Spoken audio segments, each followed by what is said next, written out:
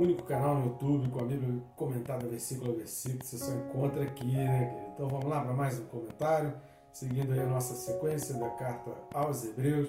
O tema de hoje é o seguinte: não despreze o sangue derramado na cruz.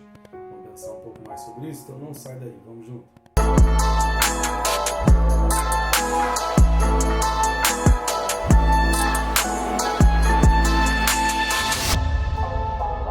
Só não deixe de se inscrever no canal, né? Rápido e fácil. Você vai clicar aí no botão inscrever e pronto, já vai estar inscrito. Eu recomendo que você clique também no sininho e marque a opção todos. Marcando a opção todos, você é notificado a cada vídeo novo, fica por dentro de tudo que a gente vai postando aqui no canal. Além, obviamente, você está se disciplinando, porque se a gente não tiver um lembrete, algo que nos força ali a estar estudando a palavra, a gente deixa para depois, esse depois não chega nunca. Tá certo? Então vamos lá, o texto desse vídeo, Hebreus capítulo 9, os versículos são do 18 ao 20. Carta aos Hebreus, capítulo 9, do 18 ao 20, diz assim: pelo que nem a primeira aliança foi sancionada sem sangue, porque havendo Moisés proclamado todos os mandamentos segundo a lei a todo o povo, tomou o sangue dos bezerros e dos bodes com água e lã tinta de escarlate, e sopo, e aspergiu não só o próprio livro, como também sobre todo o povo, dizendo: este é o sangue da aliança, a qual Deus prescreveu para vós outros. Amém, querido? A respeito dos sacrifícios, dos bodes, desse sangue derramado, nós já falamos. Eu peço a você que assista os vídeos aí, principalmente a partir do capítulo 7, assista aí a sequência, para que você tenha um entendimento completo dessa carta aos Hebreus. É importante que você assista desde o início, porque ela é muito ligada, e essa carta aos Hebreus ela tem uma particularidade. Todos os textos da Bíblia, todos os livros da Bíblia são de fundamental importância ler o texto todo, entender o contexto histórico. Mas essa carta aos Hebreus ela carrega fundamentos muito sólidos e muito firmes. Então você precisa estar acompanhando, olhando com detalhe, assistindo vídeos anteriores e posteriores, para que você tenha então uma compreensão melhor. Tá legal? Antes da gente entrar a fundo nos comentários a respeito desse texto que nós acabamos de ler, eu peço algumas ajudas suas para o nosso canal. Uma delas, querido, é grátis, fácil e rápido, não vai te custar nada. Você vai clicar aí no curtir, depois no comentar e depois no compartilhar. Curtindo e comentando, o YouTube, ele entende que esse vídeo é relevante, ele acaba mostrando, indicando esse vídeo para mais pessoas, e compartilhando você indica para pessoas que nem o YouTube recomendaria ou mostraria, e é muito legal, né? A gente tem aumentando o alcance e com isso a gente aumenta o número de pessoas com acesso ao vídeo. Outra maneira que você também pode estar nos ajudando é indo aqui na descrição, clicando aí nos links que estão aí, você vai ter acesso a esses livros. São livros de nossa autoria, né? Livros que eu mesmo escrevi. Você vai ter disponível em vários formatos, em várias lojas, e aí tem uma variaçãozinha de preço. O formato digital não tem frete, então no final das contas sai muito mais em conta financeiramente. Também você já, de imediato, você já começa a ler. O frete, além de pagar o frete, você ainda fica esperando chegar, e aí tem toda aquela demora para chegar. Então eu recomendo a compra do livro digital e recomendar também os nossos livros, tá certo? A primeira coisa então que a gente vai comentar aí nesse vídeo, que é o texto referente aos versículos 18 e versículo 20, é que o versículo 18 ele começa: pelo que nem a primeira aliança foi sancionada sem sangue. Ou seja, quando o autor está citando aqui nem a primeira, essa expressão nem a primeira, ela vai envolver duas coisas. Essa frase ela é tremendamente didática, principalmente para os judeus, e é muito importante para a compreensão ali. Ela vai indicar, a primeira coisa que a gente vai entender dessa expressão é que é o seguinte: ela é uma afirmação, ela é uma certeza de que a aliança de Moisés, ou feita por intermédio de Moisés, como queira, precisou do sangue. Então ela está confirmando isso, ela está afirmando, ela está ratificando o fato de que a aliança com Moisés não foi apenas a tábua, mas foi também, a gente vai ler o texto daqui a pouco, lá de Êxodo 24, e a gente vai prestar atenção nisso. Precisou do sangue, precisou dessa confirmação do sangue. E é isso que é muito importante a gente entender, e é a partir desse comentário e desse entendimento da necessidade do sangue lá mesmo na primeira aliança, é que o autor vai transportar para o sentido para que possa entender toda a obra e todo o sangue vertido de Jesus Cristo. A segunda coisa, quando fala assim, nem a primeira foi sancionada, quando fala nem a primeira, isso já traz um sentido comparativo. Isso aqui é uma comparação. Ou seja, ele está comparando, porque ele está falando de uma segunda aliança. E ele está falando, nem a primeira foi sancionada sem sangue. Ou seja, a segunda também não poderia ser sancionada sem sangue. Por quê? Porque nem a primeira foi. Obviamente, isso traz um peso de entendimento em relação à segunda aliança. Essa comparação ela é muito importante dentro de todo esse contexto que o autor vem relatando aqui e tentando explicar para os judeus, porque ao dizer que a de Jesus precisou do sangue, ele está tirando o entendimento, fazendo com que os judeus tenham mais clareza para entender essa necessidade. Então essa frase já aponta para a cruz de Cristo, porque os judeus já começam a fazer uma associação. Ao ver essa frase, para uma pessoa que entende completamente do Antigo Testamento, das leis, do sacrifício, tudo aquilo que a gente falou e que a gente vem falando nos vídeos, aí, principalmente no capítulo 8 e no início do capítulo 9, que a gente falou bastante, tudo isso que a gente falou a respeito do sacrifício, tabernáculo, todas aquelas obras, Santo dos Santos, lugar santíssimo, uma pessoa que tem isso já como entendimento, como bem entendível, quando ele fala que a segunda não foi sancionada sem sangue, nem a primeira, o leitor ali, o seu ouvinte,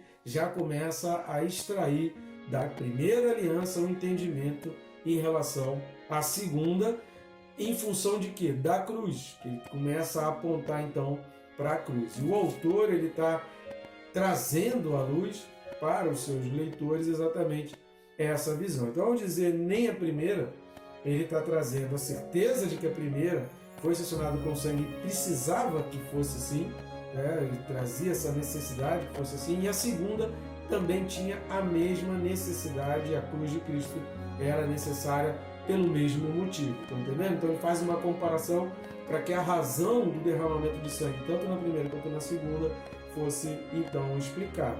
Mas vamos lá, o texto, a segunda coisa que a gente vai falar está relacionada aí ao versículo 19, e o versículo 19, ele na realidade ele é uma explicação do final do 18, sancionada sem sangue. Então, para que a gente consiga entender que a primeira aliança e a segunda aliança foram sancionadas sem sangue, a gente precisa então, esse versículo 19 ele está explicando, mas para isso a gente precisa ter um conhecimento de quais os textos que ele está mencionando, que ele está trazendo aqui a memória, trazendo a lembrança aqui para os judeus. Então vamos lá, Êxodo capítulo 24, de 4 a 9. Êxodo 24, de 4 a 9. Moisés escreveu todas as palavras do Senhor, e tendo se levantado pela manhã de madrugada, erigiu um altar ao pé do monte, e 12 colunas, segundo as 12 tribos de Israel. E enviou alguns jovens dos filhos de Israel, os quais ofereceram ao Senhor holocaustos e sacrifícios pacíficos de novilhos. Moisés tomou metade do sangue e o pôs em bacias, e a outra metade aspergiu sobre o altar. E tomou o livro da aliança e o leu ao povo. E eles disseram: tudo o que falou o Senhor faremos e obedeceremos. Preste atenção nisso. Versículo 8. Então tomou Moisés aquele sangue e o aspergiu sobre o povo e disse: eis aqui o sangue da aliança que o Senhor fez convosco a respeito de todas estas palavras. Esse final desse versículo 8, ele é citado. Então, o versículo 20 lá de Hebreus 9, ele é uma citação desse versículo 8. O versículo 9 de Êxodo 24 diz: e subiram Moisés e Arão e Nadab e Abiú e 70 dos anciãos de Israel. Então, é uma citação, o Hebreus lá está citando e está mencionando esse fato de que Moisés aspergiu o sangue sobre a lei e sobre o povo. Mas outra coisa que também está em mente e está trazendo à memória, lá naquele texto de Hebreus 9, 18 ao 20, é Êxodo 12, do 21 ao 24. Então vamos dar uma lida em Êxodo 12, do 21 ao 24. Chamou, pois, Moisés todos os anciãos de Israel e lhes disse: escolhei e tomai cordeiro segundo as vossas famílias e imolai a Páscoa. Tomai um molho de sopo, molhai-o no sangue que estiver na bacia e marcai a verga da porta e suas ombreiras com o sangue que estiver na bacia. Nenhum de vós saia da porta da sua casa até pela manhã. porque o Senhor passará para ferir os egípcios. Quando vir, porém, o sangue na verga da porta e em ambas as ombreiras, passará o Senhor aquela porta e não permitirá ao destruidor que entre em vossas casas para vos ferir. Guardai, pois, isto por estatuto para vós outros e para vossos filhos para sempre. Então é referente a esses textos que o autor está citando lá em Hebreus 9, do 18 ao 20, ele está citando elementos extraídos dessas duas passagens relacionadas ali ao contexto de Moisés. Êxodo 12 está falando antes da saída do Egito, ainda o povo no Egito, exatamente simbolizando o Egito, trazendo esse símbolo do pecado, do aprisionamento do pecado, e que o sangue foi necessário para a libertação, o sangue foi necessário para a saída. E aí tem outros aspectos, como o do primogênito, que a gente falou nos 2 últimos vídeos, né? E aí tem, dentro do contexto da Páscoa, um simbolismo assim, que se a gente fosse relacionar, dava para a gente fazer alguns vídeos só relacionando os itens naquela cerimônia da Páscoa, da primeira Páscoa ou da última Páscoa realizada no Egito, antes da libertação. A gente tem vários itens ali que são características fundamentais que apontam para Jesus Cristo. Tem muito item mesmo ali. Se você ler Êxodo 12, você vai conseguir enxergar nitidamente Jesus, a obra, o que ele fez, remissão de pecados, libertação. Principalmente se você entender aí essa questão do Egito como pecado, todas essas coisas, você vai ver nitidamente uma pregação a respeito de Jesus em Êxodo 12.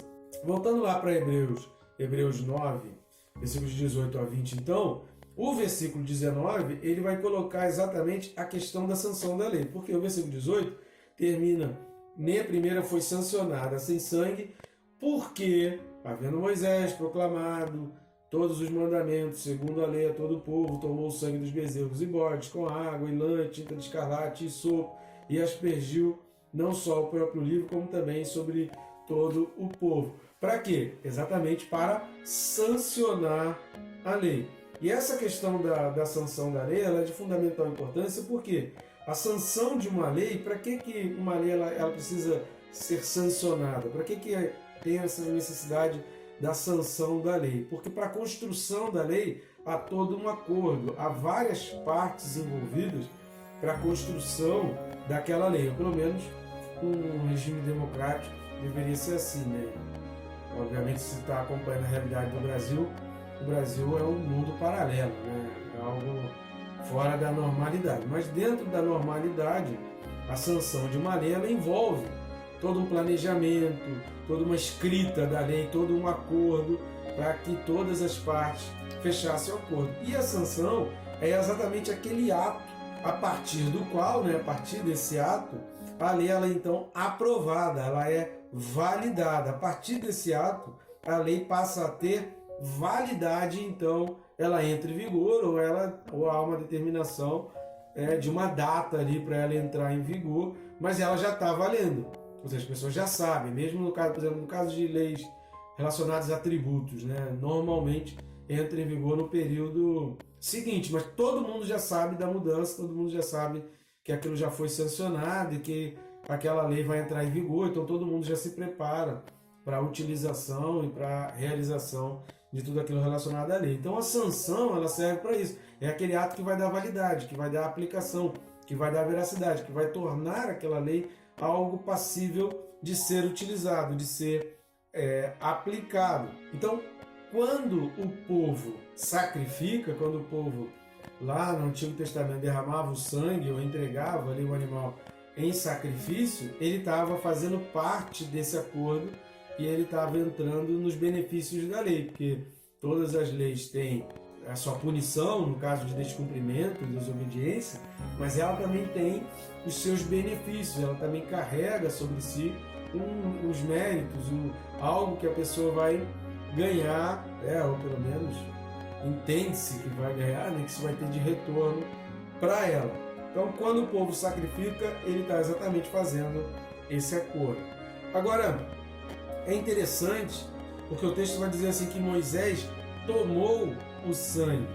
Através dessa atitude, o autor revela então o caráter substitutivo do sacrifício.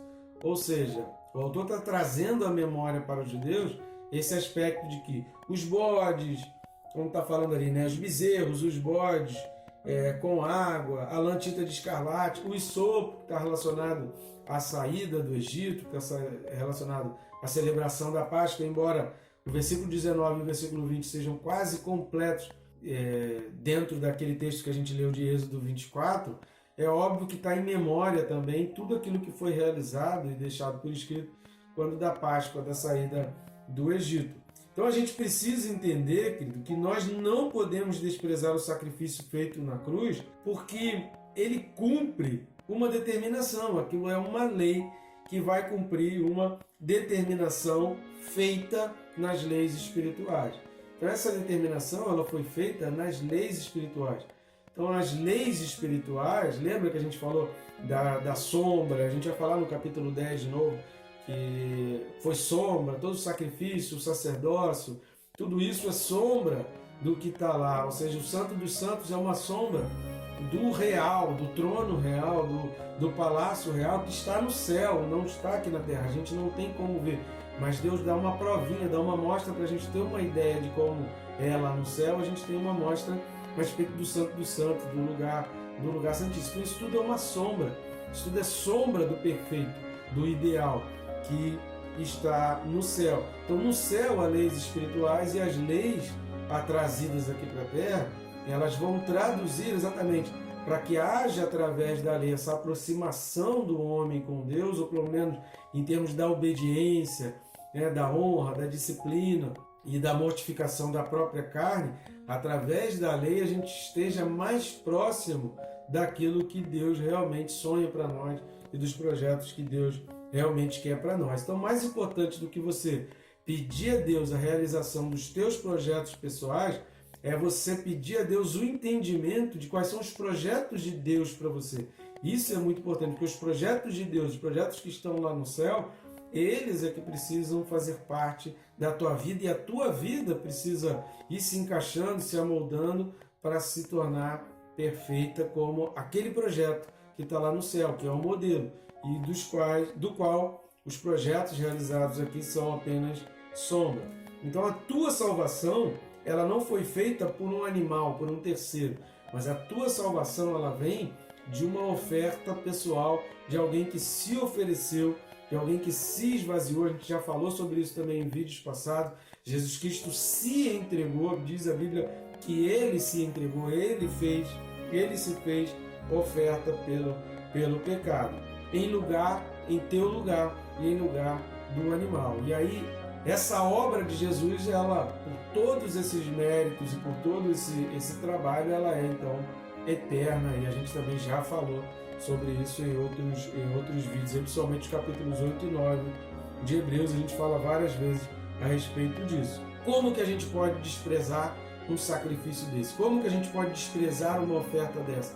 Como que a gente pode virar as costas para Jesus, um preço tão alto, e a gente continuar vivendo num pecado, a gente continuar vivendo uma vida sabendo que essa vida no pecado, ela ofende, ela macula a cruz de Cristo, e ela é um desprezo. A cada pecado realizado, a gente está dando as costas para Deus. Não é aquela coisa assim, né?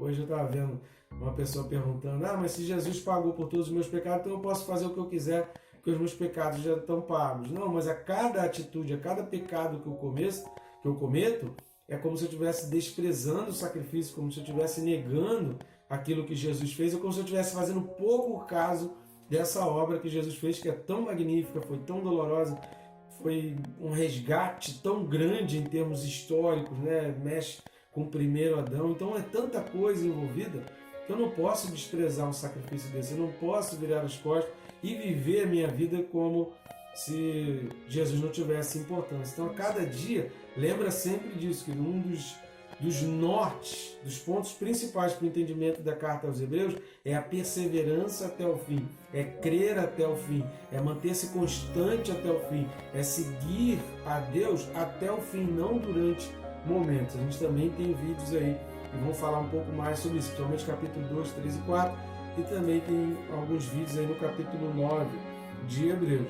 E por fim, querido, o texto vai falar que prescreveu, final do versículo 19, também todos os mandamentos segundo a lei, a todo o povo, repare, segundo a lei, a todo o povo. E o versículo 20, que é a citação lá de Êxodo 24, vai falar: este é o sangue da aliança, a qual Deus prescreveu para vós outros. Isso aqui é importante a gente entender, porque entender esse prescreveu aqui traz luz a toda essa questão que a gente falou. Lembra quando a gente leu lá Êxodo 24, chamei a atenção relacionada ao versículo 8, que fala da promessa que o povo fez ali de obediência? Por quê? Porque quando o autor está falando aqui de prescreveu, no grego é entelomai, né? Entelomai, essa palavra no grego, ela significa exatamente dar ordem, ou seja, ordenar, mandar que seja feito. Então, desprezar a cruz é uma desobediência, e ao desprezar a cruz por si só, eu já estou pecando e aquilo já está me afastando de Deus. Prescrever significa que Deus está instituindo isso para nós, para que haja uma mudança de vida. Então, essa palavra prescrever aqui, ela carrega sobre si esse significado de que eu preciso obedecer, é algo que Deus instituiu e que eu preciso obedecer. Preciso fazer os sacrifícios de novo? Preciso construir o tabernáculo? Preciso construir o Santo dos Santos? Não. Ao aceitar a Jesus, ao reconhecer o sacrifício de Jesus, já é uma atitude da mesma forma, se assemelha em todos os seus efeitos à construção do tabernáculo e ao sacrifício. Porque o sacrifício de Jesus foi de uma vez por todas. Então, querido, como que a gente pode desprezar um sacrifício desse? Como que a gente pode desprezar um amor tão grande demonstrado por Deus a nós, cometendo pecado, vivendo uma vida completamente indissoluta, como a gente falou aí no capítulo 6, eu recomendo que você assista os vídeos referentes aí ao capítulo 6 para que você entenda melhor esse respeito. Então não despreze o sacrifício de Jesus na cruz. A cada pecado é um ato de desprezo, a cada pecado é uma desobediência, está errando o alvo. Não foi para isso que Deus te chamou, não foi para esse mundo que Deus te chamou, não foi para viver sobre as égides desse mundo que Deus te chamou. Deus tem um plano para você.